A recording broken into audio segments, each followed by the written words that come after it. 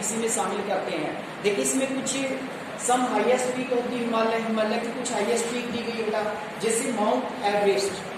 Mount Everest, ये Mount Everest किसमें आती है? नेपाल में। ठीक है, कई बार क्वेश्चन भी आ जाता है which is the highest peak of India. Height याद नहीं करने की आवश्यकता है इसमें। माउंट एवरेस्ट, माउंट एवरेस्ट 8848 दिया गया इसमें, लेकिन 8850 मिलेगा अगर आप अब करंट में चेक करेंगे तो इसमें।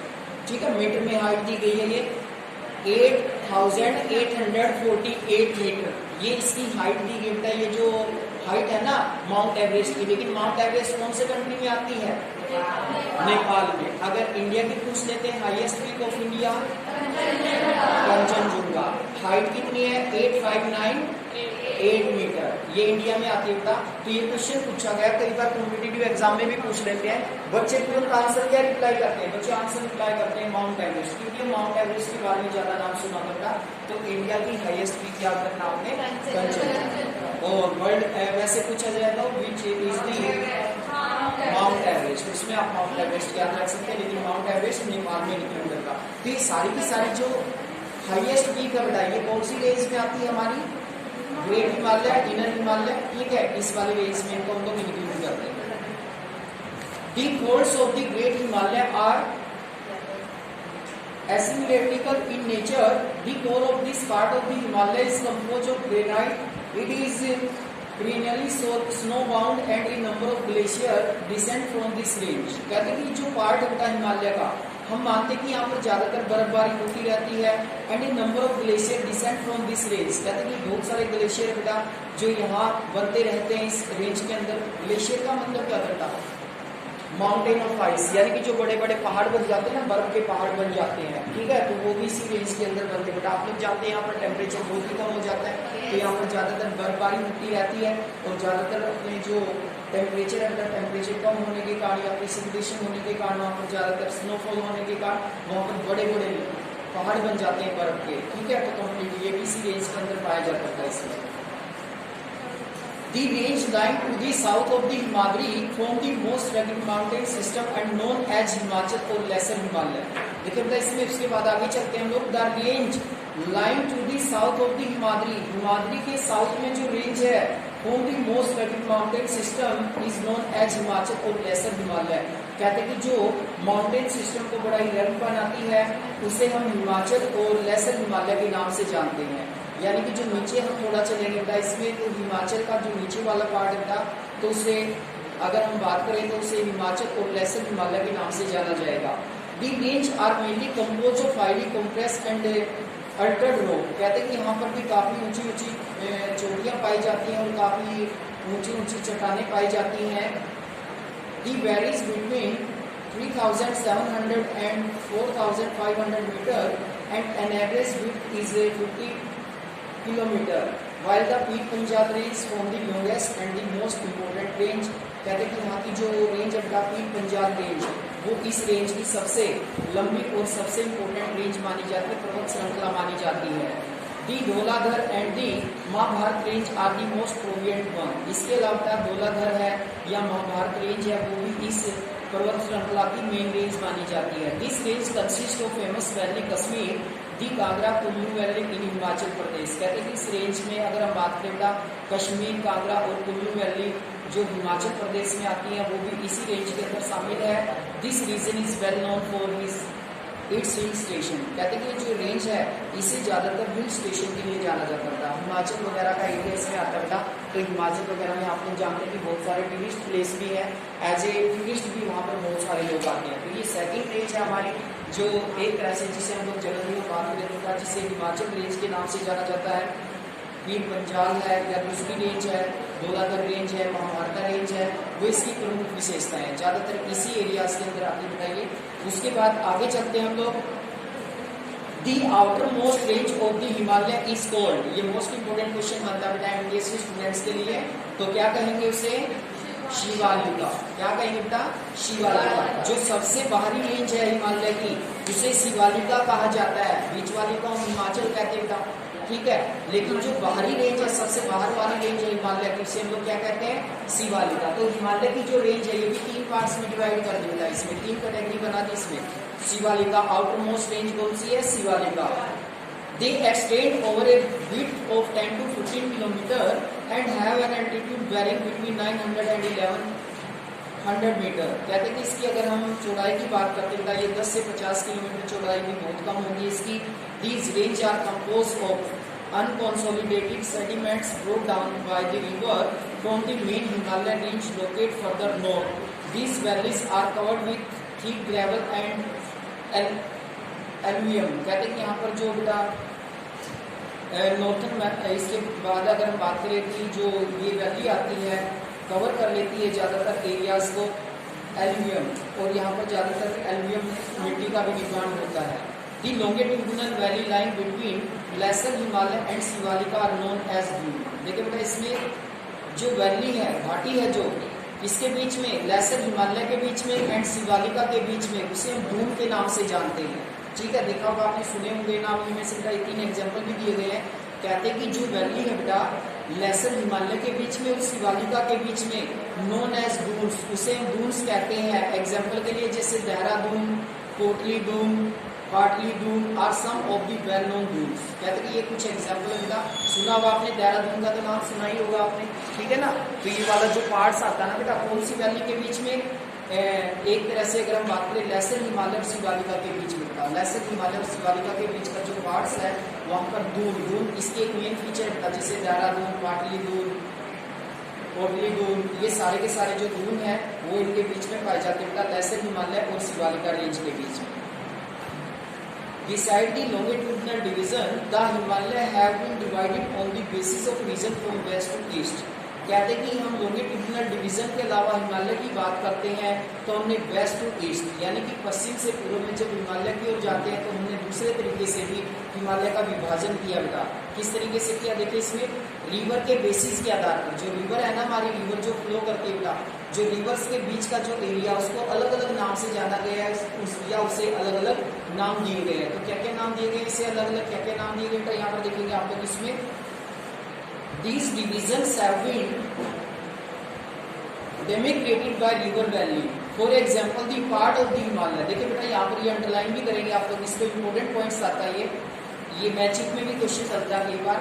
दी part of the Himalaya lying between Indus and Sutlej. कहते हैं कि हिमालय का वो पार्ट जो सतलुज और इंडस नदी के बीच में आता है उसे हम लोग पंजाब हिमालय के नाम से जानते हैं। क्या कहते हैं इसे हम लोग, सतलुज और इंडस नदी के बीच के पार्ट को पंजाब हिमालय। अंडरलाइन करेंगे, सतलुज नदी है और जो इंडस नदी है उसके बीच का जो पार्ट है हिमालय का, that is called Punjab Himalaya. But it is also known regionally as Kashmir and Himachal Himalaya from west to east respectively. कहते हैं कि कई बार इसे क्षेत्रीय आधार पर कश्मीर हिमालय के नाम से या हिमाचल हिमालय के नाम से भी जाना जाता है। The part of the Himalaya lying between Satluj and Kali river is known as Kumaon Himalaya. कहते हैं कि हिमालय का वो पार्ट जो सतलुज और काली नदी के बीच में आता था, सतलुज और काली नदी के बीच में आता है हिमालय के, उस पार्ट को हम लोग कुमाऊं हिमालय के नाम से जानते थे। सतलुज और काली के बीच में आएगा कुमाऊं हिमालय। दी काली एंड तीस्ता रिवर डेमोक्रेट दी नेपाल हिमालय। और काली और तीस्ता नदी के बीच वाले पार्ट को हम नेपाल हिमालय के नाम से जानते हैं। And the part link between Teesta and Dihang river is known as Assam Himalaya. और जो तीस्ता और दिहांग नदी के बीच का पार्ट होता है उसे हम लोग किस नाम से जानेंगे, असम हिमालय के नाम से जाना जाता है। असम हिमालय के नाम से इसको हम लोग जानेंगे। There are regional name also these broad category. Find out some regional name of the Himalaya. कहते हैं कि जो हिमालय बेटा इसके कुछ क्षेत्रीय नाम भी है। तो ये देखो बेटा इसमें 3 की 3 जो कंप्लीट रेंजेस है हिमालय की उनके बारे में डिस्क्रिप्शन दिया। फिर जो रिवर्स है, रिवर्स के आधार पर भी भाई जो रिवर वाले पार्ट है अलग अलग पार्ट्स हैं तो उसके आधार पर भी इनका डिवीजन किया गया था, रिवर के बेसिस के आधार पर भी। तो आप लोग देख सकते हैं यहाँ पर जो रिवर्स है ये छोटी छोटी नदियाँ बहती है, नदियों के बीच में जो पार्ट्स हैं उनको भी अलग अलग नाम से जाना जाता है। ठीक है, हमने लैटिट्यूडनल तो बात की हिमालय की, भाई 3 पार्ट में इसको डिवाइड कर दिया, 3 रेंजेस में हमने इसको डिवाइड कर दिया। इसके अलावा भी बेटा अगर हम क्षेत्रीय आधार पर बात करते हैं या जो वैलीज है वैलीज के आधार पर, नदियों के आधार पर इनकी बात करते हैं तो अलग अलग नाम से हिमालय को जाना जाता है। तो ये रिवर के आधार पर इनको नाम दिए गए हैं इसमें। मैं आप लोगों से एक बार पूछना चाहूंगा कि क्या क्या नाम से जाना जाएगा इसको। The part of Himalaya lying between Satluj and Kali river is known as Kumaon Himalaya. क्या नाम दिया जाएगा? कुमान हिमालय। ऊपर वाला एक पॉइंट छोड़ के पूछा था मैंने इसमें। The Kali and Teesta river Nepal Himalaya. क्या कहेंगे उसे? Nepal Himalaya. The part lying between Teesta and Dihang river known as Assam Himalaya. तो ये बेटा क्वेश्चन है अपना मैचिंग में आ जाता है। तो ये रिवर्स के आधार पर काली तीस्ता रिवर है, अदर रिवर्स है, ठीक है, तो इनको किस किस नाम से जाना जाता है, अलग अलग नाम दिए गए बेटा, इनको अलग अलग नाम से जाना जाता है। थोड़ा सा आप लोगों को ध्यान रखना है इस चीज का विशेष कि हिमालय के जो पार्ट्स है रिवर के आधार पर बेटा हम लोग उसका डिवीजन कर रहे हैं, उसको अलग अलग नाम से, कहीं पर नेपाल हिमालय, कहीं पर कुमान हिमालय, कहीं पर पंजाब हिमालय के नाम से उसको जाना जा रहा है, ठीक है। तो ये भी आप लोगों को ध्यान रखना है इसको। The Brahmaputra mark the eastern most boundary of the Himalaya beyond the Dihang both the Himalayan bend sharply to the south and spread along the eastern boundary of India. They are known as Purvanchal or the eastern hill and mountain.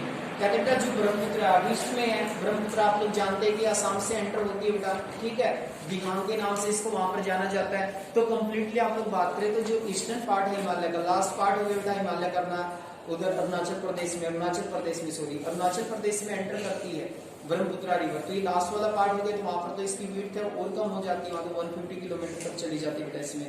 तो इसे वहां पर पूर्वांचल के नाम से जाना जाता है बेटा। These hills running through the north eastern states and mostly compose of strong sandstones which are sedimentary rock. कहते हैं कि यहाँ पर जो हिल्स है बेटा वो नॉर्थ ईस्ट स्टेट में बनी हुई काफी स्ट्रॉन्ग पत्थर से बनी हुई हिल है। खासकर हम बात करें तो सेडिमेंट्री रॉक, जो अवसादी चट्टान है, अवसादी चट्टानें वहां पर ज्यादातर पाई जाती है उस पार्ट में। कवर विद डेंस फॉरेस्ट, यहाँ पर बहुत सारे वन है। They mostly run as parallel range and valley. कहते हैं कि ज्यादातर पैरेलल बेटा, चाहे वो घाटी है, घाटी के पैरेलल है ये सारे के सारे one. The Purvanchal compromises Patkai hill, the Naga hill, Manipur hill and Mizo hill, ठीक है बेटा। तो ये कुछ हिल है, ये भी अपनी उसी पार्ट्स में आती है हिमालय के पूर्वांचल के अंदर। पूर्वांचल में कौन कौन सी हिल्स आती है बेटा? पटकई हिल, नागा हिल, मणिपुर हिल और मिजोरम, ये ठीक है ना, ये सारी की सारी हमारी पूर्वांचल रेंज में आती है। पूर्वांचल वाला पार्ट आ जाता है ये अपना असम साइड में ना, ये इधर वाला पार्ट जहाँ से ब्रह्मपुत्र रिवर एंटर करती है, तो पूर्वांचल से करती है दिहांग के नाम से। नेक्स्ट चैप्टर में भी आप लोग इसके बारे में डिटेल स्टडी करेंगे। तो ये था इसमें हमारा सबसे पहला पार्ट द हिमालय, हिमालय के बारे में। तो ये हिमालय रिवर कहाँ से रिवर्स फ्लो करके कौन कौन सी रिवर्स निकलती है। उसके बाद जो सेकंड टॉपिक रहेगा वो रहेगा हमारा नॉर्थन प्लेन के बारे में। ये भी काफी इंपोर्टेंट टॉपिक रहेगा, इसमें काफी अच्छे टॉपिक आप लोगों को देखने को मिलेंगे नॉर्थन प्लेन के बारे में। देखिए इसमें नॉर्थन प्लेन क्या है, काफी इंपोर्टेंट क्वेश्चन भी यहाँ से आप लोग निकालेंगे। Northern plain, the northern plain has been formed by the interplay of the three major river system। पहले बताया था बेटा मैंने, three major river system Indus, Ganga and Brahmaputra along with their tributaries। कहते कि जो उत्तरी मैदान का निर्माण किया बेटा वो तीन प्रमुख नदियों ने किया है, गंगा, ब्रह्मपुत्र एंड इंडस। इन्हें क्या कहते हैं हम लोग? Himalayan river, because both of these river are also originate from the Himalayan region। Himalaya region से निकलती है। नेक्स्ट चैप्टर आप ड्रेनेज वाला पढ़ेंगे ना, तो उसमें आप तीनों रिवर के बारे में डिटेल से पढ़ चुके, कंप्लीट स्टडी हम लोग कर चुके हैं। हिमालयन रिवर्स के बारे में, जो हिमालय से निकलने वाली नदियां हैं, इनसे उत्तरी मैदान का निर्माण हुआ है। This plain is formed of alluvial soil. कहते हैं कि जो प्लेन है, ये जो हमारा मैदान है बेटा, ये जलोढ़ मिट्टी से बना है, एल्यूवियल सोइल से बना है। The depositions of alluvial in west basin line at the foothill of the Himalaya over million of years formed this fertile plain। It spread over an area 7 lakh kilometre, यानी कि total area की बात करते हैं 7 lakh kilometre area में, 7 लाख वर्ग kilometre area में फैला हुआ है northern plain. The plain being about 22,400 kilometre long and 240 to 320 kilometre broad. कहते हैं यदि इस एरिया की हम बात करें बेटा लंबाई की, तो लगभग 2400 किलोमीटर लंबा है। चौड़ाई की अगर हम बात करते हैं 240 से 320 किलोमीटर लगभग चौड़ा है ये। ब्रॉड का मतलब होता है चौड़ा है ये, is densely populated physiographic division. Densely populated का मतलब यहाँ पर बहुत ज्यादा पॉपुलेशन रहती है। तो मैंने पहले बताया था 40% जो पॉपुलेशन हमारी वो कहाँ रहती है, नॉर्दर्न प्लेन में रहती है, उत्तरी मैदान में रहती है ज्यादातर हमारी 40% population. With a rich soil cover combination with adequate water supply and favorable climate, it is agriculturally a very productive part of India। कहते हैं कि ये जो पार्ट है यहाँ पर अच्छी मिट्टी, एलिवेट सोइल को हम सबसे फर्टाइल सोइल मानते हैं, सबसे अच्छी मिट्टी है, सबसे उपजाऊ मिट्टी है।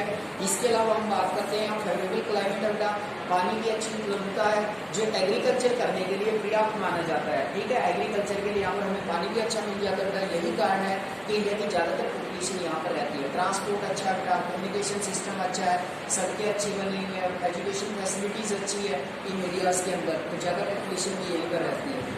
The river coming from north mountain are involve in deposition work in the lower courses due to general slope the velocity of the river decrease which result in the formation of the river island.